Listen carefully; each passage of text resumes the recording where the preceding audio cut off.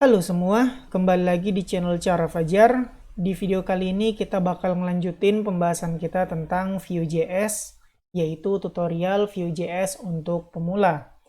Ini merupakan video bagian keempat, jadi buat kalian yang baru nonton video ini dan udah kalian hitung-hitung ternyata ini bukan video keempat kalian, berarti kalian ada yang ketinggalan video yang seharusnya kalian tonton. Jadi silakan nonton dulu sampai semua video ini kalian tonton. Yaitu video yang sampai sekarang adalah video keempat di tutorial Vue.js. Karena apa? Karena tutorial Vue.js ini aku bikin step by step. Jadi tiap bagian itu sambung menyambung. Yang pertama, kedua, ketiga pasti merupakan pengetahuan yang harus diketahui sama kalian sebelum kalian nonton video part keempat. Jadi intinya kayak begitu, kalian harus nonton part by part di tutorial ini. Oke, kita lanjut. Di video kali ini kita bakal ngebahas tentang looping yang ada di Vue.js. Pasti ada lah ya looping itu. JavaScript ada looping, PHP ada looping, pastinya Vue yang merupakan bagian dari JavaScript juga pasti ada looping. Nah, di video kali ini kita bakal coba ngebahas looping yang ada di Vue.js, mulai dari strukturnya dan contoh-contohnya serta cara penggunaan di Vue.js.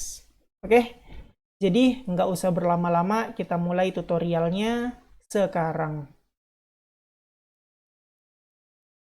Looping digunakan sebagai perulangan, yaitu memunculkan data atau apapun yang mau kalian munculkan satu per satu, sehingga semua data berhasil dimunculkan. Di sini kita bakal coba menggunakan atau mencoba bikin sintaks looping yang ada di Vue dengan contoh yang paling sederhana dulu. Oke, di sini kayak biasa ya, ini struktur Vue.js naruh di tag yang punya ID namanya app. Disinilah ada data atau apapun yang berasal dari Vue. Oke, di sini aku bakal bikin looping. Cara bikin looping gampang aja, keywordnya kalian cukup pakai v-for. Nah, disinilah looping kalian. Nah, untuk v-for ini kita bisa taruh di tag mana aja. Bisa di div, bisa di ul, ol, dan lain-lain. Untuk sekarang aku coba di div dulu. Nah, di div ini kita bisa ketik v-for. Nah, caranya gimana? Aku bakal contohin yang paling simpel, yaitu aku bakal bikin angka in 10. Jadi di sini aku bakal coba looping sebanyak 10 kali, terus bakal mencetak hasil looping tersebut. Nah, di sini artinya aku bikin angka di dalam 10. Jadi hasilnya ini bakal berurutan dari 1.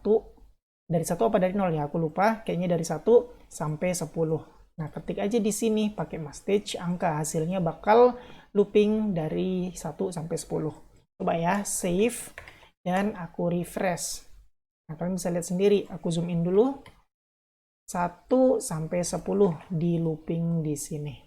Oke, selain div, aku tadi juga bilang bisa di ul, bisa di ol. Aku coba pakai ol kayak begini, sama nulisnya. Aku copy paste aja biar cepat. Nah, tinggal di dalamnya aku ketikin aja angka kayak begini. Save, refresh. Tuh, kalian lihat. Jadi di tag apa aja bisa, seharusnya span pun bisa. Aku ganti ya, ol ini jadi span. Save, refresh. Tuh, 1, 2, 3. Span sifatnya inline, bukan blok, makanya ke samping gini. Oke, span bisa, seharusnya kalau aku ganti ul, terus, sorry, tadi ol, tapi aku nggak pakai li ya, salah. Sebenarnya kayak begini, ol, terus di sini ada list, kayak begini. Aduh, z, oke. Dah, save, lihat, refresh. Tuh, atau aku ganti ol ini jadi ul, save, refresh. Nah, kalian lihat sendiri. Jadi, kalian bisa coba di tag div, di tag ul, di tag ol, di tag span untuk menggunakan v-for. Keywordnya atau sintaksnya gampang banget. Tinggal tulis v-for aja di dalam tag. Terus kalian bisa coba sendiri. Ini contoh yang paling sederhana, yaitu perulangan dari 1 sampai 10. Biasanya looping bisa dipakai untuk array, untuk objek, dan untuk yang sederhana kayak begini. Kita juga bisa anggap aja ngambil data dari database, pasti bentuknya bisa berupa array atau objek, dan bisa kita looping untuk memunculkan di tampilan kayak begini. Nah, sekarang aku bakal bikin looping untuk array ya. Kita anggap aja, atau kalian bisa anggap data ini merupakan data yang didapatkan dari database, terus dimunculin di sini menggunakan looping. Oke, aku bakal bikin paling simple lagi. Aku bakal bikin sebuah ini ya, namanya fruits, pakai S lebih dari 1. Isinya dalam bentuk array. Nah, di sini apple, terus apa lagi? Jeruk orange, terus ini orange, kenapa pakai V ya? Nah, ini orange, melon, lemon, papaya. Nah, di sini aku mau nampilin semua fruits berurutan 1 sampai semua ini. Dari apple sampai papaya. Caranya gimana? Caranya gampang aja. Kalian bisa pakai div, tag-nya atau ul atau ol, terserah kalian. Di sini aku mau pakai ol aja biar ada angkanya, atau ul aja lah ya. Di sini aku pakai ul sama kayak tadi v-for. Kita mau ngulang apa? Kita mau ngulang fruits, tapi kita wakilkan dengan sebuah apa namanya ya? Aku lupa, value atau apa. Di sini jadi kayak begini. Kayak tadi i in 10. Kalau sekarang kita udah punya data, jadi kita bisa pakai i in fruits. Kalian nggak usah i juga bisa. Apapun itu, whatever, contohnya bisa juga. Aku bakal coba whatever. Nah, di sini kasih list. Nah, di dalam list ini message panggil whatever. Jadi bakal manggilin satu persatu array yang ada, satu persatu data yang ada di dalam array fruits ini. Oke, save. Kalian lihat hasilnya, refresh tuh. Apple, orange, melon, lemon, papaya. Jadi semua array ini diketik satu persatu pakai looping karena diulang-ulang dari array ini terus diketikin satu persatu di dalam list yang ada di dalam UL. Nah, kayak begitu. Terus bukan cuman ini doang. Dalam v-for atau dalam looping kita juga bisa apa ya, mendapatkan indeks dari data. Kalau kalian nggak tahu indeks, gampangnya bisa dibilang kayak penunjuk gitu. Maksudnya apa sih? Maksudnya kayak begini. Indeks. Nah, di sini aku bakal ketik lagi gini aja lah ya. Message lagi indeks. Save, lihat hasilnya, refresh. Tuh, kalian bisa lihat apple, orange, melon, lemon, papaya. Di sampingnya ada 0 sampai 4. Ini merupakan indeks atau penunjuk data. Jadi kita bisa tahu, oh apple itu indeks ke 0, orange ke 1, ke 2, ke 3, ke 4. Manfaat indeks ini apa? Kan aku bilang tadi penunjuk. Ya, manfaatnya untuk nunjuk. Jadi kita tahu apple itu data ke 0. Nah, manfaatnya lagi buat apa kalau udah nunjuk? Manfaatnya bisa kita pakai buat macam-macam. Salah satu contohnya yaitu kita bisa bikin fitur hapus array kayak begini. Oke, aku contohin aja. Ini aku bakal pakai method. Jadi karena aku belum bahas method itu apa, kalian ikutin atau perhatiin aja. Di sini aku bikin button. Button.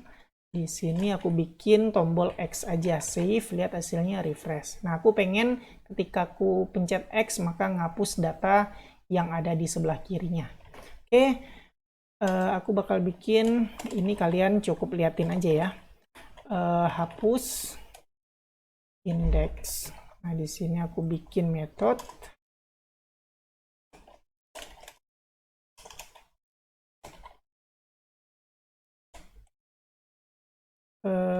This fruits splice index hapus satu aja. Nah, save, lihat, refresh. Kalau aku hapus ini, lemon seharusnya kehapus. Tuh, kalian bisa lihat sendiri. Nah, itu fungsi dari indeks. Kita bisa memanfaatkan indeks sebagai parameter atau argumen untuk menjalankan function. Salah satu contohnya, kalian mungkin bisa cari tahu sendiri fungsi indeks yang lain. Kita balik lagi, fungsi indeks itu penunjuk. Di sini bisa dipakai, yaitu aku mau ngejalanin function hapus untuk menghapus data, tapi ditunjuk dulu data apa yang mau dihapus menggunakan indeks tersebut. Nah, kalau kalian mau pakai indeks, kalian bisa tulis dalam kurung apa datanya, terus penunjuknya. Pasti strukturnya kayak begini, yang kiri itu apa datanya, yang kanan itu indeks. Indeks ini nggak harus selalu indeks, kalian bisa ganti pakai penunjuk kayak gini juga bisa. Nah, penunjuk bisa juga penunjuk. Ini sebenarnya nggak apa-apa, nggak diganti, tapi biar kalian nggak bingung, aku ganti aja juga. Save, lihat ya. Aku pencet juga masih, ups. Bentar, kenapa nggak bisa? Harusnya index is not defined. Nah, ini dia. Penunjuk, ada yang lupa. Save, lihat ya, refresh. Seharusnya nggak ada perbedaan tuh. Jadi apapun kalian namain, nggak masalah. Yang penting urutannya data sebelah kiri, penunjuk atau indeks sebelah kanan. Looping v-for juga bisa dijalanin untuk array of object. Jadi kalau ini kan array biasa doang. Nah, kita bisa juga menggunakan v-for untuk array of object. Contohnya gimana? Contohnya kayak begini. Aku bakal bikin array of object yaitu football player. Inilah ya contohnya. Dalam bentuk array, terus di dalam array ini ada objek. Di sini aku bakal bikin name Messi, terus sama position, dua ini aja untuk propertinya. Forward. Terus aku tambahin data lain lagi, mungkin C Ronaldo. Terus ini forward juga. Terus aku bikin mungkin ini Iker Casillas. Ini goalkeeper. Terus siapa lagi backnya? Sergio Ramos. Ini defender. Terus apa lagi ya? Luka Modric. Ini midfielder. Oke, segini aja datanya. Jadi ini adalah array of object. Jadi ada banyak objek di dalam array. Di sini kita bisa pakai v-for juga untuk menampilkan array of object. Sama aja caranya, yang awalnya adalah kayak begini. Kalian mau pakai tag apa aja terserah. Di sini aku pakai ULI aja, yaitu v-for sama dengan aku bakal munculin player in football player. Ini seharusnya pakai S lah ya, biar agak ke Inggris-Inggrisan, yaitu lebih dari satu atau plural, jadi pakai S. Player in football players, kayak begitu, atau supaya singkat item gitu aja. Ingat, ini nggak masalah, cuman penamaan doang. Di sini aku bakal bikin list, sama kayak tadi, yaitu isinya message item. Nah, kalau save dan refresh, kalian bakal ngeliat hasilnya kayak begini. Ini adalah data yang ada di dalam array. Ada name, ada positionnya. Sekarang gimana kalau kita cuma mau nampilin name-nya doang? Nah, cara mau nampilin di JavaScript kan pakai titik. Nah, jadi kita panggil item titik terus properti apa yang mau kita panggil. Karena kita mau panggil propertinya name, ya udah item titik name. Kalau kita save dan refresh, hasilnya adalah cuman manggil name doang. Oke, terus kalau mau manggil position gimana? Sama aja. Kalau mau manggil position, berarti di dalam message ini item titik position. Save, refresh. Nah, itu dia. Selain itu, di dalam array of object kita juga bisa manggil index. Sama aja caranya. Di dalam kurung ada index di sebelah kanan. Jadi kalau kalian panggil pun message untuk index, dia mengenali indeks atau penunjuk dari array of object ini tuh 0, 1, 2. Nah, kalau indeks ini udah dikenalin, pasti nanti bisa digunakan untuk kayak gini contohnya, bisa dimanfaatkan untuk itu. Salah satunya yaitu bisa hapus-hapus data. Nah, kayak begitu. Jadi kayak gitu teman-teman, contohnya kalau kalian mau looping data yang merupakan array of object. Ya, segitu aja pembahasan video kali ini. Kita udah ngebahas looping atau yang sintaksnya menggunakan Vivor di Vue.js.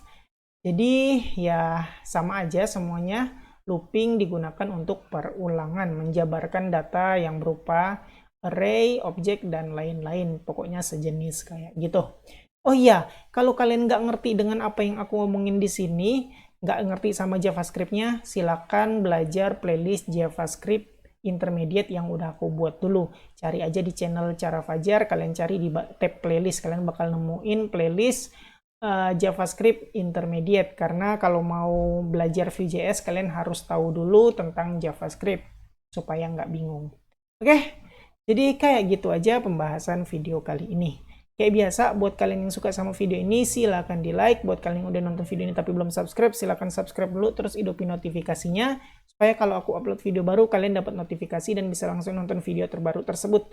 Buat kalian yang ngerasa video ini berguna dan bermanfaat, silahkan share sebanyak-banyaknya, supaya teman-teman kalian tahu juga tentang video ini dan mendapatkan manfaatnya. Makasih udah nonton video ini sampai selesai, kita ketemu lagi di video selanjutnya.